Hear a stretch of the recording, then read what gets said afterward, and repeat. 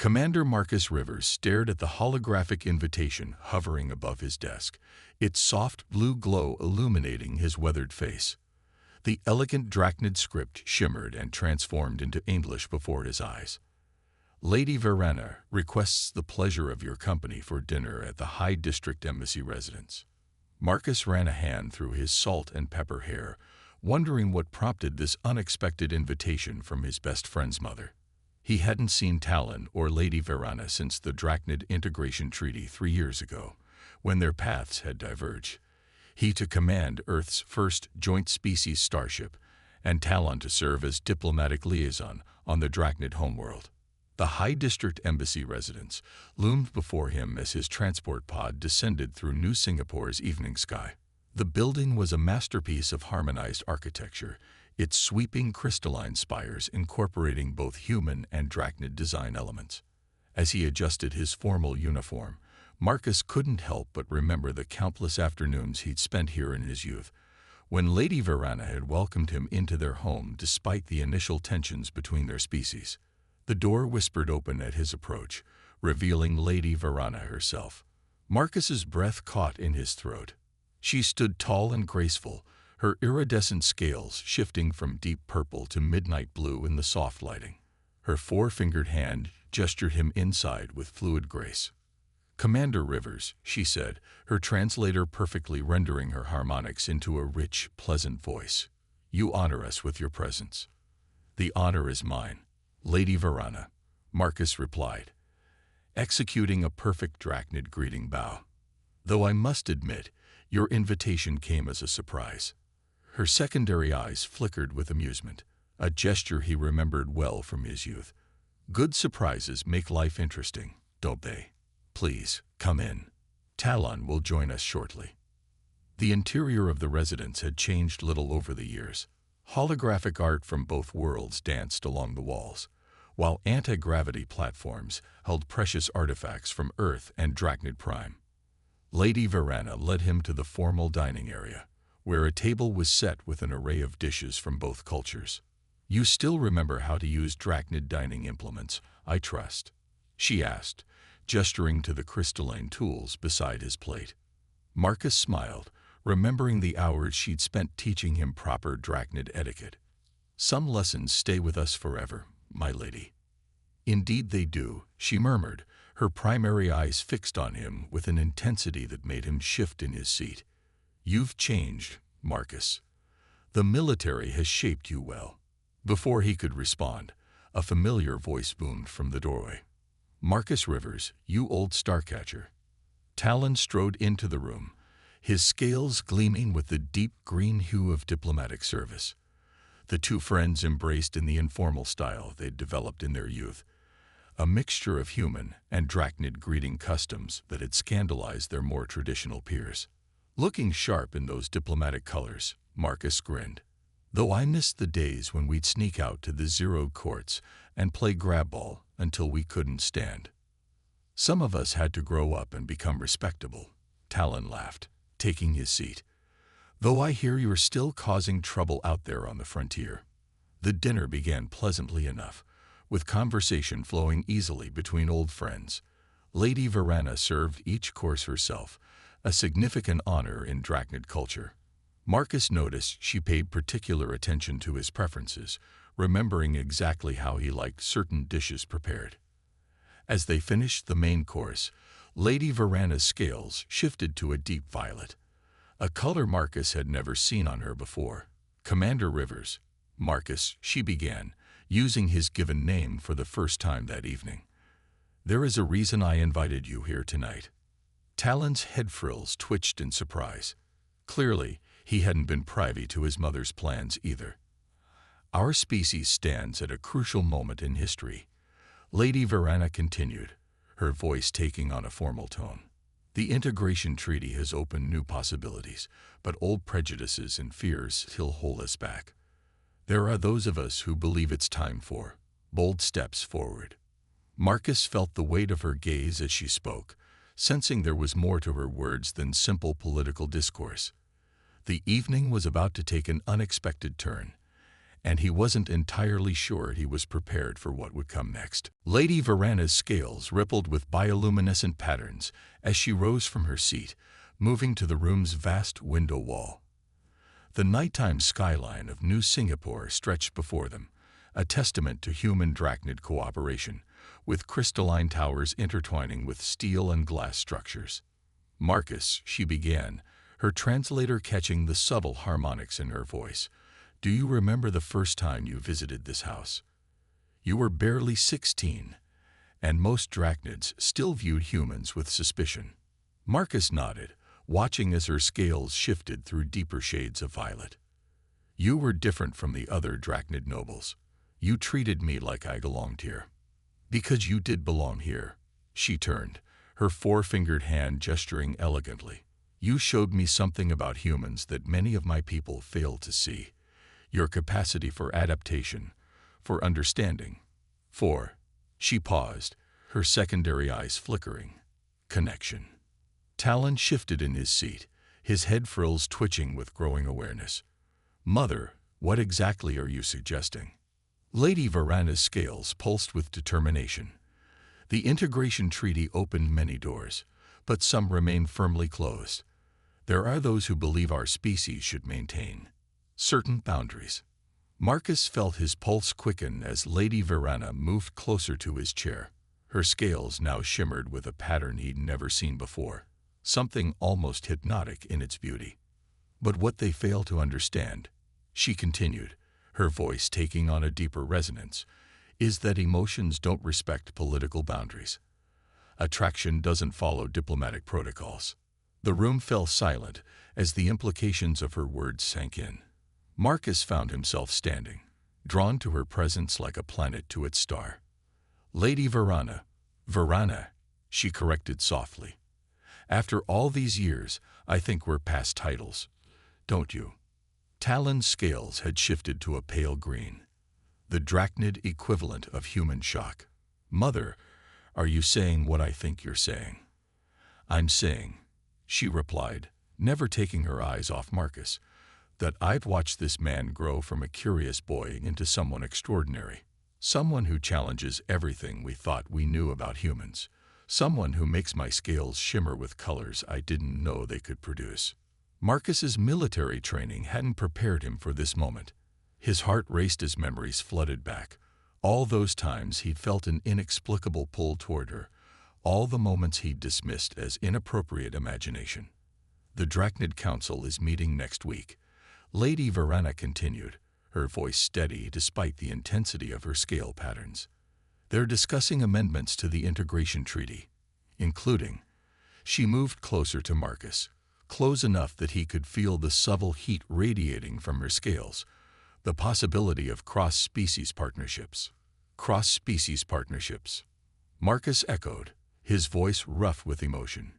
"You mean marriage, bonding, whatever term you prefer," she replied.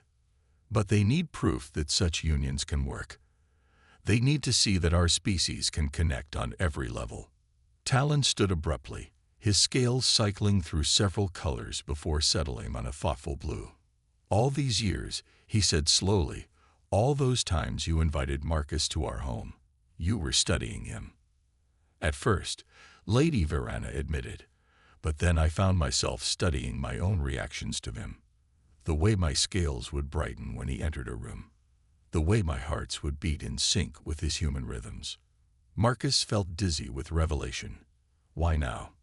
he managed to ask. "After all these years?" "Because now the political climate might actually accept us," she answered. "And because I'm tired of pretending that the connection between us doesn't exist. Unless," her scales dimmed slightly, "I've misread your feelings." Marcus reached out, his fingers hovering just above her shimmering scales. "You haven't misread anything," he said softly. "I've spent years telling myself it was impossible, inappropriate, forbidden. But every time I'm near you, your pheromones betray you," she finished, a hint of amusement in her harmonics. "Humans are surprisingly bad at hiding their biochemical responses."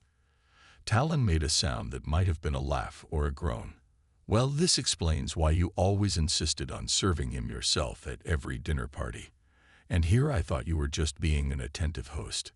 The tension in the room shifted, becoming something else entirely, possibility. Lady Verana's scales pulsed with patterns that spoke of hope and uncertainty, while Marcus felt his own human biology responding to her proximity in ways he could no longer deny. The council meeting, Marcus said, his tactical mind already working through scenarios. If we were to announce our connection, it would force them to confront the reality of cross-species relationships. It would be controversial. Lady Verana acknowledged. A high-ranking Drachnid noble and a human military commander. But sometimes controversy is necessary for progress. And what about you? Marcus turned to Talon, suddenly remembering their friendship hung in the balance. Where do you stand in all this? Talon's scales shifted through several thoughtful patterns before settling on a calm blue. I stand where I've always stood, on the side of breaking down barriers between our species. Though I admit, I never expected those barriers to be broken quite like this. News travels fast in New Singapore's High District, especially when it involves one of the most prominent Drachnid nobles and a decorated human commander. By morning, the residence's security systems were dealing with a swarm of media drones, their cameras trying to catch a glimpse through the privacy shields. Marcus stood in Lady Verana's private study, watching the chaos unfold below. His uniform felt tight across his shoulders, tension radiating through his body. Someone had leaked their dinner conversation, likely one of the house's automated systems responding to a security sweep. Having second thoughts, Lady Verana's harmonics carried a note of concern as she joined him at the window. Her scales had taken on a subtle pattern that he was beginning to recognize as anxiety. Never, he replied, turning to face her. But I'm worried about the political fallout. Your position in the council is precisely why this needs to happen, she finished, her primary eyes meeting his gaze. The old houses have held onto their prejudices for too long. They speak of integration while maintaining invisible barriers between our species. A gentle chime announced Talon's arrival. He entered carrying multiple data tablets, his scales showing the deep green of focused concentration. The initial reactions are mixed, he reported. The progressive factions are cautiously supportive, but the traditionalists are already calling for an emergency session. Let them. Lady Verana's scales flashed with defiance. I spent centuries playing by their rules, maintaining their precious protocols. Perhaps it's time for some human spontaneity in our politics. Marcus couldn't help but smile at that. Spontaneity. Is that what we're calling this? Well, it certainly wasn't in any diplomatic handbook I've studied, Talon commented dryly. Though I must admit, watching High Counselor Zenth's scales turn puce with shock was rather satisfying. Their moment of levity was interrupted by an urgent alert. The High Council was indeed calling an emergency session, not in a week as planned, but immediately. Lady Verana was summoned to appear and explain her questionable conduct. They're trying to control the narrative, Marcus analyzed, military instincts kicking in. Force you to defend yourself before we can present a united front. Then perhaps we should give them more than they bargained for. Lady Verana's scales shifted to a brilliant pattern he'd never seen before. Determination mixed with something else, something almost rebellious. Talon, as our diplomatic expert, what are the exact protocols for bringing a non-council member to an emergency session? Talon's head frills twitched with sudden understanding. There's no specific prohibition against it, especially if the matter directly concerns them. They probably haven't even considered the possibility. Because no human has ever dared to enter the High Council chamber uninvited, Marcus finished, catching onto their plan. It would be unprecedented. Unprecedented seems to be our specialty. Lady Verana moved closer to him, her scales synchronizing with his heartbeat in a way that still amazed him. Besides, if they want to discuss our relationship, they should see it firsthand. The journey to the council chamber was tense. Their transport cut through New Singapore's airways, escorted by both human and Drachnid security vessels, a precaution that felt more like surveillance. Marcus used the time to study the council protocols Talon had provided, determined not to give the traditionalists any procedural ammunition. Remember, Talon advised, as they approached the imposing structure of the council building, they'll try to provoke an emotional response. Humans are often portrayed as impulsive, ruled by their feelings. They're not entirely wrong about that. Marcus interrupted, his hand finding Lady Verana's. But they've never seen how human emotion can be a strength rather than a weakness. The council chamber was a vast amphitheater, its crystalline architecture designed to amplify the natural harmonics of Drachnid speech. As they entered, Lady Verana in her formal council robes, Marcus in his full dress uniform, the assembled nobles' scales flickered with shock and outrage. High Councillor Zenth's voice cut through the chamber, his harmonics sharp with disapproval. Lady Verana, you dare to bring a human into these sacred chambers. I dare to bring the other half of this discussion, she replied, her voice steady. If you wish to debate the future of human-Drachnid relations, should we not have both species represented? The chamber erupted in a cascade of harmonics, scales flashing in patterns of protest and support. Marcus stood tall, years of military discipline keeping his face composed even as his heart raced. He noticed younger council members watching with interest rather than outrage. Perhaps the next generation was more ready for change than their elders. This is precisely the kind of impulsive behavior we fear. Another council member spoke up. Humans have corrupted our traditions, made us forget our ways. Our ways. Lady Verana's scales pulsed with intensity. Our ways once included believing humans were too primitive for space travel. Our ways once declared it impossible for our species to share cities, yet look at New Singapore below us. Perhaps it's time for our ways to evolve. The council chamber's crystalline walls reflected the cascade of colors from dozens of agitated Drachnid nobles, their scales shifting through patterns of shock, anger, and, surprisingly, curiosity. Marcus stood his ground beside Lady Verana, their quiet defiance speaking louder than words. High Councillor Zenth's scales darkened to deep indigo, a sign of authority being exercised. Lady Verana, you have served this council with distinction for centuries. Yet now you would throw away your position, your reputation, for this. Lady Verana's voice carried harmonics that made several younger council members' scales ripple with approval. Commander Rivers represents the very future we claim to seek. Cooperation, understanding, unity between our species. Or do we only believe in integration when it's theoretical? Talon stepped forward, his diplomatic training evident in his measured tones. Honored Council, if I may speak. At Zenth's reluctant nod, he continued, we stand at a crossroads. The relationship between my mother and Commander Rivers isn't just a personal matter. It's a symbol of what true integration could mean. A murmur of harmonics rippled through the chamber. Marcus noticed more scales shifting to thoughtful hues rather than hostile ones. But then a new voice cut through the discussion. Dr. Naira, the council's chief cynobiologist.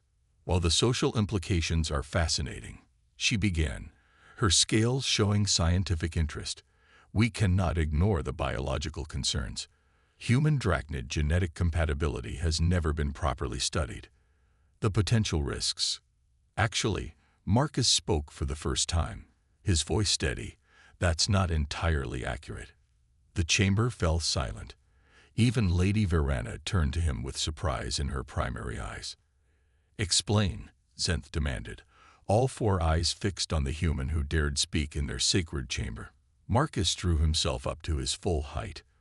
Project Genesis, Classification Level Ultra, a joint research initiative between human and Drachnid scientists, studying cross-species genetic compatibility. I've been part of the oversight committee for the past year. Lady Verana's scales flickered with sudden understanding. That's why you were so often at the research facilities.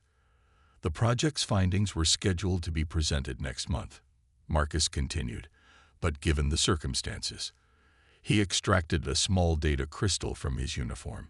With the committee's permission, I'm authorized to share the preliminary results. The chamber's holographic systems activated, displaying complex genetic models above the central floor. Dr. Nira moved closer, her scales pulsing with scientific excitement as she studied the data.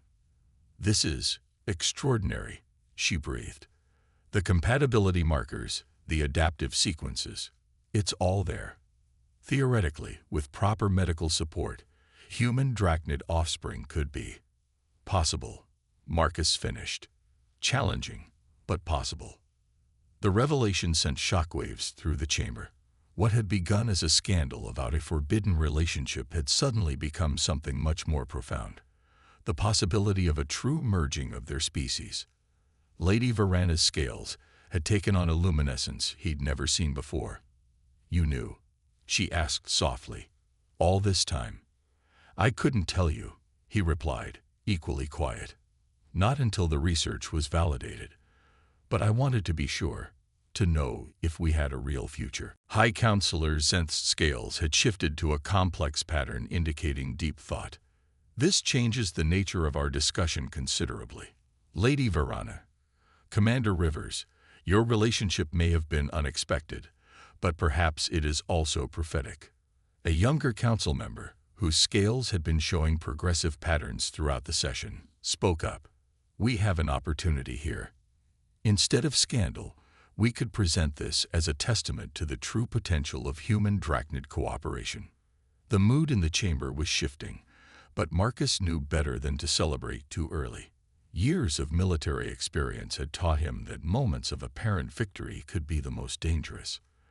"There will be opposition," Talon warned, voicing Marcus's concerns, "both from drachnid traditionalists and human purists. They'll try to use this against us." "Let them try." Lady Varana's scales pulsed with determination as she took Marcus's hand in front of the entire council. "We've hidden in the shadows of tradition long enough. Perhaps it's time to step into the light." Dr. Nara was still studying the genetic data, her scales showing increasing excitement.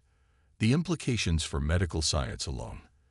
"This could revolutionize our understanding of both species, and if we can prove successful reproduction is possible. We'll need volunteers for further studies," she continued, looking meaningfully at Marcus and Lady Varana. "A properly documented case of human drachnid pair bonding would be invaluable to our research." 6 months after the dramatic council session, the High District Embassy residence had been transformed. Crystalline archways interwoven with earth flowers created a stunning backdrop for what the media was calling the union of two worlds. Marcus stood beneath them, his dress uniform adorned with both human military honors and traditional drachnid bonding symbols. "Nervous?" Talon asked, his scales showing the playful patterns of someone enjoying their friend's anxiety. "It's not too late to flee to the outer colonies. The only thing I'm nervous about is tripping over these ceremonial robes," Marcus replied, adjusting the flowing garment that had been specially designed to complement drachnid formal wear while accommodating human physiology. The ceremony would blend traditions from both cultures, a diplomatic challenge that had kept Talon busy for months. But beyond the symbolic importance of their union, Marcus and Lady Varana had become something else entirely. Hope. Dr. Naira's research team had documented every aspect of their relationship, studying the surprising ways human and drachnid biology could harmonize. Their findings had sparked a revolution in xenobiology, leading to breakthroughs in cross-species medical treatments and opening new possibilities for the future. The gathered crowd represented the highest levels of both societies. Human officials sat alongside drachnid nobles, their differences set aside in recognition of the moment's significance. Even High Counselor Zenth had come around, his scales now showing the deep blue of ceremonial blessing. A hush fell over the assembly as Lady Varana appeared. Her scales rippled with patterns that took Marcus's breath away. Colors he'd learned were reserved for moments of profound joy in drachnid culture. She wore a masterpiece of bioengineered crystal that responded to her emotional states, creating an ever-changing display of iridescent beauty. "My scales have never shown these patterns before you," she had told him during their private bonding rehearsal. "You've given me colors I didn't know I possessed." The ceremony itself was a dance of two cultures finding harmony. They exchanged vows in both languages, their words carried on sound waves that matched the resonant frequencies of drachnid harmonics. When Marcus spoke the ancient drachnid bonding phrases, his careful practice paid off. The crystalline walls hummed in response, acknowledging the depth of his commitment. Two species, two hearts, one future. They spoke together, Marcus's voice intertwining with Varana's harmonics in a way that made the younger drachnid scales pulse with approval. But the real surprise came during the traditional blessing.